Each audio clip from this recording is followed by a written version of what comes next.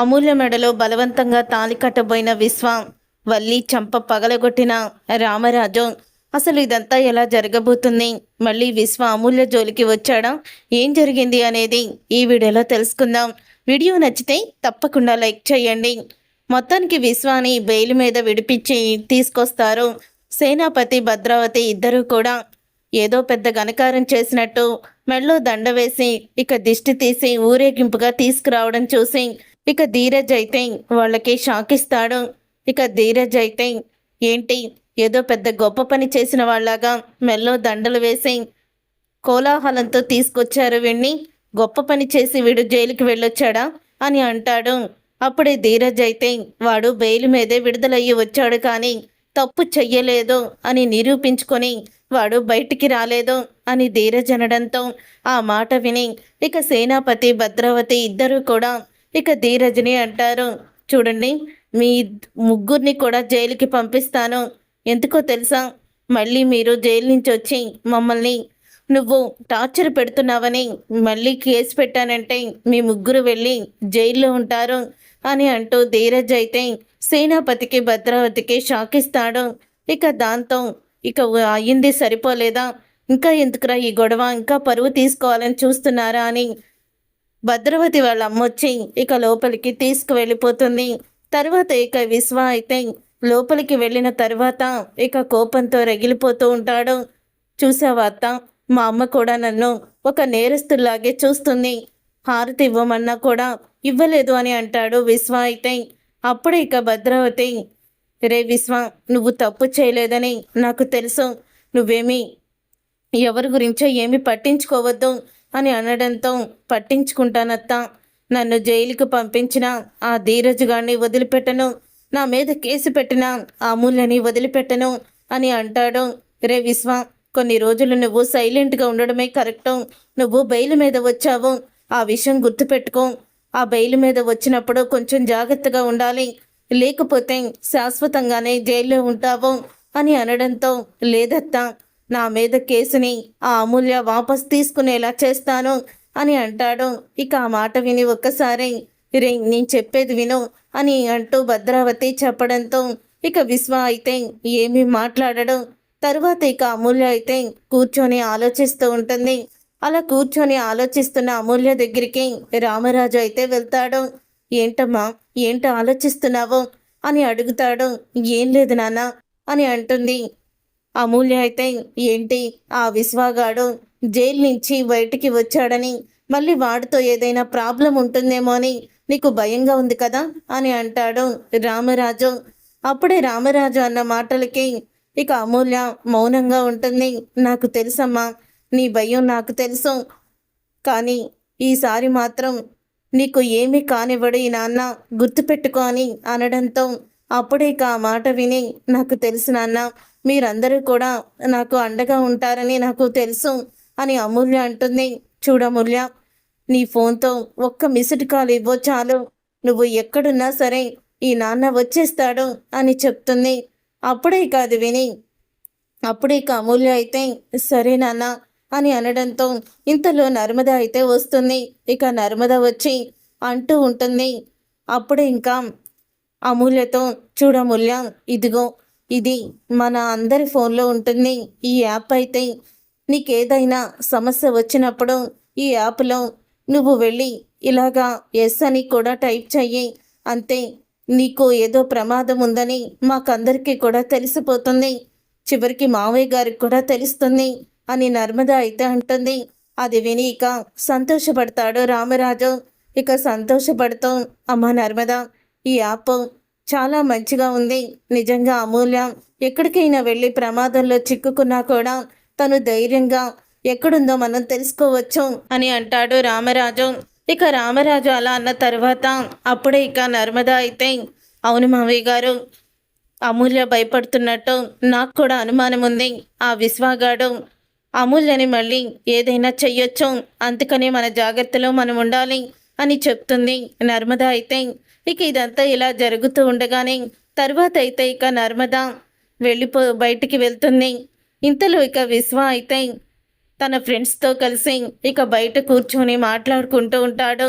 రే, నిన్ను జైలుకి పంపించిన అమూల్యని ఎందుకురా వదిలేశావో? నువ్వు జైలు నుంచి రాగానే దాన్ని ఏదోటి చేసి నువ్వు కక్ష తీర్చుకుంటావేమో అనుకున్నాము, కానీ అలా ఎందుకు చేయలేదని వాళ్ళైతే విశ్వాని రెచ్చగొడతారు. అప్పుడే ఇక విశ్వ అయితే, రే టైం చూసి కొట్టాలరా, తొందర పడకూడదు, నేను బెయిల్ మీదే కదా వచ్చాను, తొందర పడ్డానంటే కథ అడ్డం తిరుగుతుంది, అందుకని నేను సైలెంట్గా ఉన్నాను, ఏదో ఒక ఛాన్స్ వస్తుంది కదా, అప్పుడు నేనేంటో అమూల్యకి చూపిస్తాను అని చెప్తాడు విశ్వ అయితే.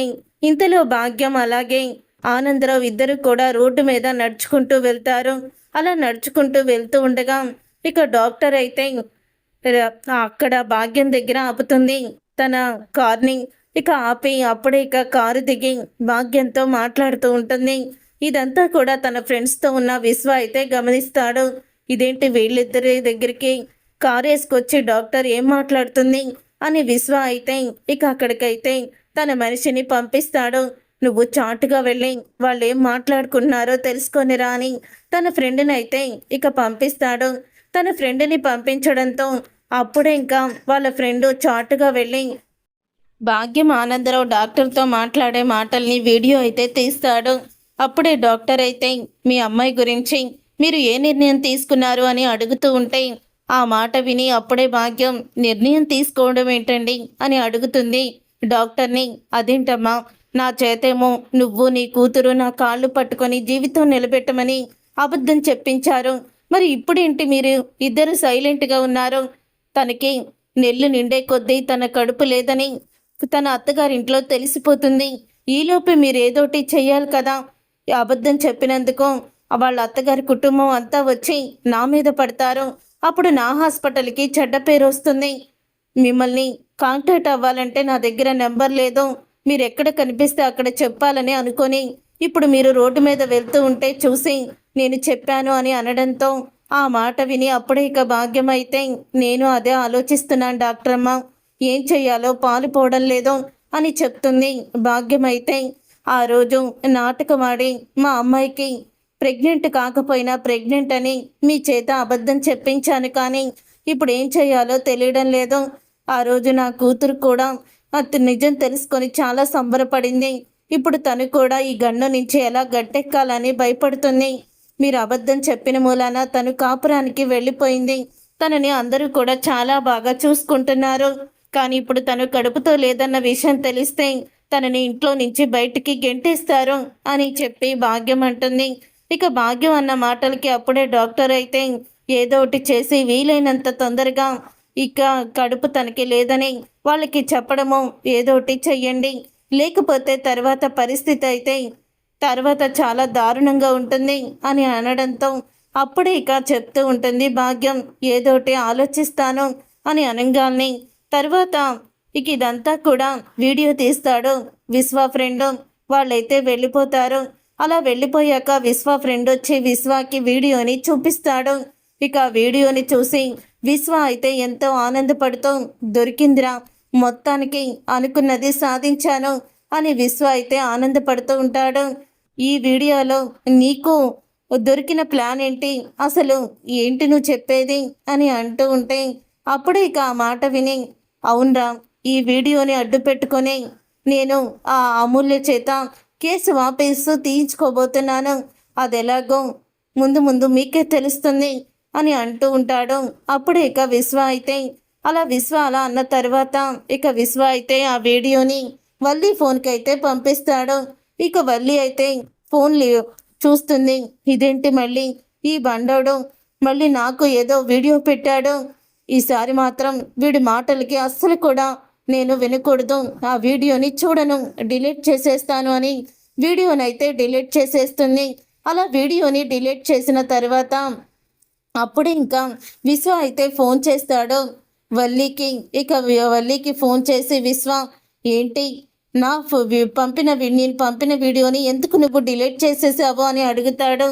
రే, నీకు ఈ సమాధానం చెప్పాల్సిన అవసరం లేదు, కానీ నువ్వు పదే పదే ఫోన్ చేస్తుంటే ఎవరికైనా అనుమానం వస్తుందని నేను ఫోన్ లిఫ్ట్ చేశాను, అంతే తప్ప నీ మాట వినాలని నేను ఫోన్ లిఫ్ట్ చేయలేదు అని చెప్తుంది వల్లి.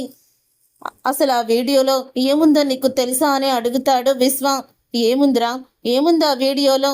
ఈసారి నీ బెదిరింపులకి నేనేమీ లొంగను అని చెప్తుంది వల్లి. నువ్వు నా బెదిరింపులకి లొంగాలి, ఎందుకంటే ఒక్కసారి మళ్ళీ ఆ వీడియోని పంపిస్తాను, ఆ వీడియోని చూడు అని అంటాడు విశ్వ. అప్పుడు ఇక మళ్ళీ ఆ వీడియోనైతే పంపించిన తర్వాత చూస్తుంది వీడియోని వల్లి. ఇక వీడియోని చూసి వల్లి షాక్ అయిపోతూ ఉంటుంది. ఇక వల్లి షాక్ అయిపోతూ మళ్ళీ విశ్వాకి తిరిగి ఫోన్ చేస్తుంది.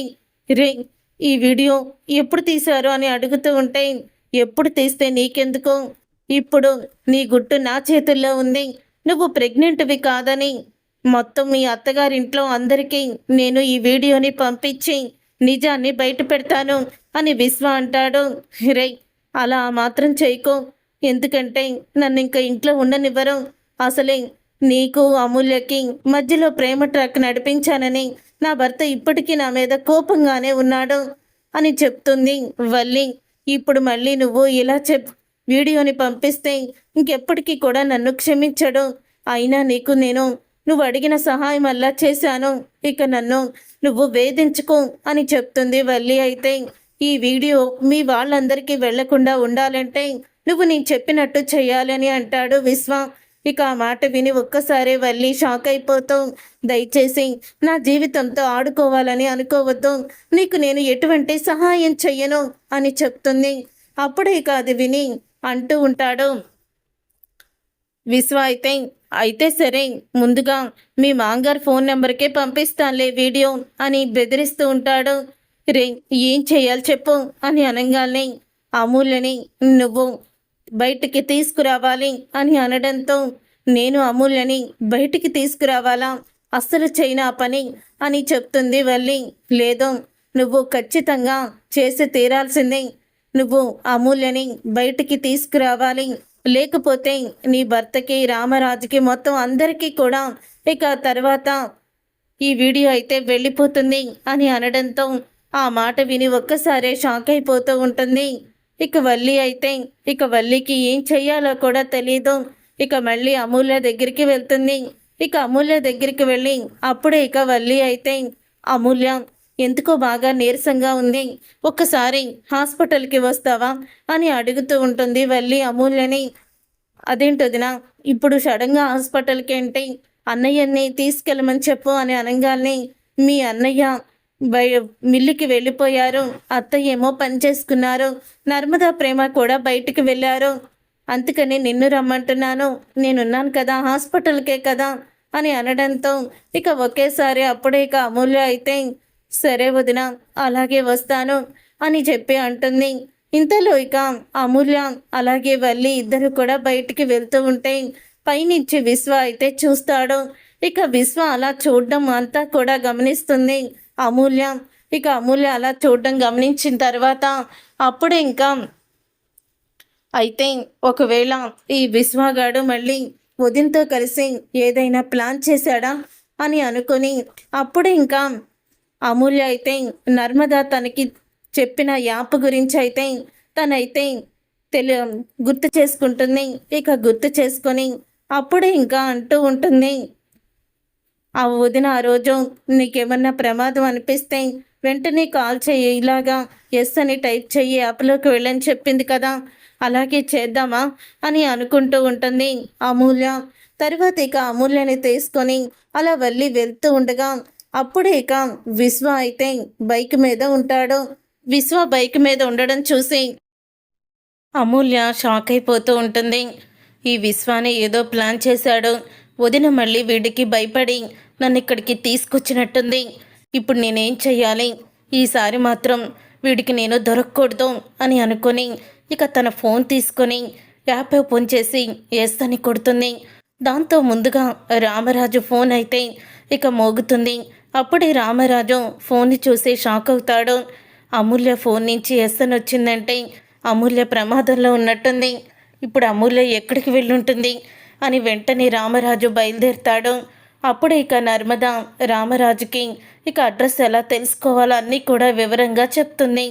దాంతో ఇక అందరికీ కూడా అది మెసేజ్ అయితే వెళ్ళిపోవడంతో అందరూ కూడా బయలుదేరుతారు. ఇక రామరాజు లొకేషన్కి దగ్గరగా ఉండడంతో తనైతే ఇక అక్కడికి తొందరగా బయలుదేరి వస్తూ ఉంటాడు. ఇంతలో అప్పుడే ఇక వల్లి అయితే ఇక అమూల్య వైపు చాలా భయంగా చూస్తుంది. ఏంటొదినా, మళ్ళీ నువ్వు ఆ విశ్వాతో చేతులు కలిపావా? విశ్వ దగ్గరికి నన్ను తీసుకువెళ్తున్నావు కదా అని అడుగుతుంది. అది అది ఏం లేదు, వాడు నీతో ఏదో మాట్లాడాలన్నాడు అమూల్య, అందుకనే తీసుకొచ్చాను. వాడు మళ్ళీ నన్ను బ్లాక్మెయిల్ చేయడం మొదలుపెట్టాడు. ఈసారి మీ నాన్నకి నిజాలు చెప్పేస్తానని భయపెడుతున్నాడు. అందుకని మళ్ళీ నేను వాడి మాట వినాల్సి వచ్చింది అని వల్లి అంటుంది. నిన్ను అన్నయ్య బయటికి గెంటేశాడు, అయినా సరే నీ బుద్ధి మార్చుకోలేదు. ఎందుకు వదిన ఎలా చేస్తున్నావు నువ్వు అని అంటుంది. అమూల్య అయితే నన్ను క్షమించు అమూల్య అని చెప్తుంది. అప్పుడే ఇక వల్లితో అమూల్య మాట్లాడేటప్పుడు విశ్వ అయితే దగ్గరికి వస్తాడు.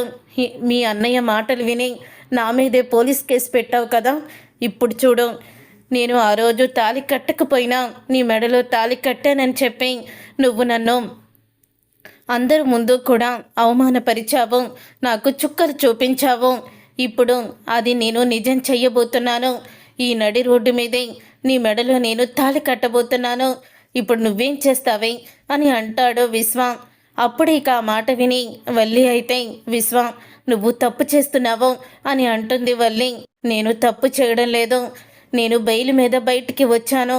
శాశ్వతంగా కేసు కొట్టేసి బయటికి రావాలంటే నేను దీని మెడలో తాళి కట్టాల్సిందే అని విశ్వ అయితే ఇక తాళి తీసుకొని అమూల్య మెడలో బలవంతంగా కట్టబోతూ ఉంటాడు. అప్పుడే అక్కడికి రామరాజు అయితే వస్తాడు. ఇక రామరాజు వచ్చి ఇక చితకబోతాడు విశ్వాని. ఇక రామరాజు రావడం చూసి వల్లి షాక్ అయిపోతూ ఉంటుంది. ఇక వల్లి షాక్ అయిపోతూ ఇదేంటి మావయ్య గారు ఇప్పుడొచ్చారేంటి, అంటే మావయ్య గారికి అసలు ఇప్పుడు ఇక్కడున్నామని ఎలా తెలిసింది అని షాక్ అయిపోతూ ఉంటుంది వల్లి. అప్పుడు ఇక విశ్వాని ఇక చితకబాది అంటూ ఉంటాడు. రే, నా కూతుర్ని మళ్ళీ నువ్వు పెళ్లి చేసుకోవాలని చూస్తావురా బలవంతంగా, నిన్ను ఈరోజు చంపేస్తాను అని అంటూ ఉంటే ఇంతలో ధీరజ్, చందు, నర్మదా, ప్రేమ అందరూ కూడా అక్కడికైతే వస్తారు. అప్పుడే ఇక విశ్వాని కొడుతున్న రామరాజుని చూసి ధీరజ్, చందు ఇద్దరు కూడా ఏమైంది నాన్న అని అడుగుతూ ఉంటే వీడు అమూల్య మెడలో బలవంతంగా తాళి కట్టాలని చూస్తున్నాడ్రా అని రామరాజు అంటాడు. అప్పుడే కాదు విని చందు, ధీరజ్ ఇద్దరు కూడా విశ్వాని చితకబోతారు. ఇక విశ్వ అయితే వాళ్ళ నుంచి తప్పించుకొని అక్కడి నుంచి పారిపోతాడు. అప్పుడే ఇక అమూల్య నీకేం కాలేదు కదమ్మా అని అంటూ ఉంటాడు రామరాజు. నాకేం కాలేదు నాన్న, నేను బాగానే ఉన్నాను అని అమూల్య అనడంతో అప్పుడే రామరాజు అసలు ఎందుకమ్మా నువ్వు బయటికి వచ్చావు, నిన్ను బయటికి రావద్దని చెప్పాను కదా అని రామరాజు అంటూ ఉంటే ఇంతలో అక్కడ వల్లి ఉండడం చూసిన చందు అప్పుడు వల్లిని నువ్వెందుకు ఇక్కడికి వచ్చావు అని అడుగుతాడు. అప్పుడే ఇక వల్లి అయితే అది బా అని అనడంతో అప్పుడే ఇక నర్మద అయితే అమూల్య నిజం చెప్పు, అసలు నిన్ను ఇక్కడికి ఎవరు తీసుకొచ్చారు అని అడుగుతుంది. అప్పుడే ఇక నర్మద అయితే వల్లి ఎంత చెప్పినా వినిపించుకోవడం లేదని ఇక అమూల్య అయితే వల్లి వదిని హాస్పిటల్కి వెళ్దాము, కాస్త కడుపులో నొప్పిగా ఉందని చెప్పి నన్ను బయటికి తీసుకొచ్చింది వదిన అని నిజాన్ని బయట పెడుతుంది. అది విని ఇక చందు కోపంతో రగిలిపోతూ వల్లి చంప పగలగొడతాడు. ఇక వల్లి అయితే దూరంగా వెళ్ళి పడుతుంది. అది చూసిన రామరాజు రే ఏంట్రా ఇదంతా, ఎందుకు నువ్వు వల్లిని కొడుతున్నావు అని అనడంతో వల్లి చేతిలో ఉన్న ఫోను పక్కన పడిపోతుంది. అప్పుడే ప్రేమ వల్లి ఫోను తీసుకుంటుంది. ఇక వల్లి ఫోను తీసుకొని వల్లి ఫోన్ని ఓపెన్ చెయ్యంగానే వీడియో అయితే కనపడుతుంది. ఇక వీడియోని చూసి షాక్ అయిపోతూ ఉంటుంది. అప్పుడే ఇక ప్రేమ షాక్ అయిపోతూ చందుకి వీడియోని చూపిస్తుంది. బావా, వల్లి అక్క కడుపుతో లేదు, తను నాటకం ఆడింది అని అనడంతో అప్పుడే మాట విని అందరూ షాక్ అయిపోతూ ఉంటారు. ఇక చందు అయితే అంటే నీ బుద్ధి ఇంత కూడా నువ్వు మార్చుకోలేదు, మళ్ళీ నా చెల్లెలి జీవితాన్ని నాశనం చేయాలని చూస్తున్నావా నాన్న? ఈ వల్లియే విశ్వతో అమూల్య ప్రేమలో పడేలాగా లవ్ ట్రాప్ నడిపించింది, అందుకే దీన్ని పుట్టింటికి పంపించేశాను. మళ్ళీ కడుపు నాటకమాడి మన ఇంట్లోకి అడుగు పెట్టింది నాన్న. నువ్వు అనుకున్నట్టు ఇదే మన ఇంటి దేవత కాదు, మన ఇంటిని నాశనం చేయడానికి వచ్చిన దుర్మార్గురాలు అని నిజాన్ని బయట పెడతాడు చందు. ఇక నిజం తెలుసుకున్న రామరాజు ఇక వల్లి చంప పగలగొడతాడు. వల్లి చంప పగలగొట్టి నువ్వు ఇంత దుర్మార్గురాలువని అనుకోలేదో. అసలు ఏ ఆడపిల్ల మీద కూడా ఇప్పటి వరకు నేను చేయి చేసుకోలేదో. కానీ ఈరోజు నీ మీద చేయి చేసుకోకుండా ఉండలేకపోయాను. ఛీ, నువ్వు దేవతవనుకున్నాను, కానీ మా ఇంటి నాశనం చేయడానికి వచ్చిన బ్రహ్మరాక్షసువని ఇప్పుడే అర్థమైందంటూ రామరాజు ఇక వల్లిని తిడతాడు. చూసారుగా ఫ్రెండ్స్, రాబోయే కథలో ఖచ్చితంగా ఇలాగే జరగబోతుంది. మరి ఇలాగే జరగాలని మీరైతే కోరుకుంటున్నారా? అయితే వీడియోని తప్పకుండా లైక్ చేయండి.